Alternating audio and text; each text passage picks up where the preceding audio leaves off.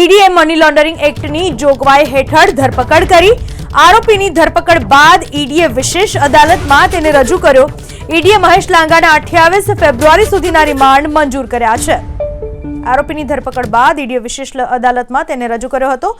Money લોન્ડરિંગના કેસમાં પત્રકાર મહેશ લાંગાની ફરી ધરપકડ। આ વિશે વધુ માહિતી આપવા આપણી સાથે જોડાઈ ચૂક્યા છે અમારા સંવાદદાતા તેજસ મહેતા। તેજસ, શું માહિતી મળી રહી છે મહેશ લાંગાની ધરપકડને લઈને? જી, હાલ જે સમાચાર મળી રહ્યા છે તે પ્રમાણે પ્રિવેન્શન ઓફ મની લોન્ડરિંગ એક્ટની વિવિધ જોગવાઈઓ હેઠળ મહેશ લાંગાની ધરપકડ કરવામાં આવી અને ત્યારબાદ તેને વિશેષ અદાલતની અંદર રજૂ કરવામાં આવ્યો।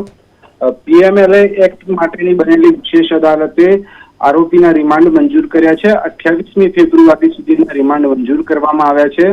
મહત્વનું છે કે જે શેલ કંપનીઓ બનાવવામાં આવી હતી તે શેલ કંપનીઓની તપાસ અંગે રિમાન્ડની જરૂરિયાત હોય અને સાથે જ કસ્ટોડિયલ ઇન્ટરોગેશનની જરૂર હોય તે પ્રકારની રજૂઆતો કોર્ટમાં કરવામાં આવી હતી। તમામ રજૂઆતોને ધ્યાને લઈને કોર્ટે રિમાન્ડ મંજૂર કર્યા છે। 28 ફેબ્રુઆરી સુધીમાં આ બાબતે નવા શું તથ્યો બહાર આવે છે તે મહત્વનું બની રહેશે। મહત્વનું છે કે આ પહેલા આ જ કેસની અંદર સીબીઆઈ તરફથી અને અન્ય એજન્સીઓ તરફથી પણ પૂછપરછ કરવામાં આવી હોવાની પ્રાથમિક વિગતો મળી હતી।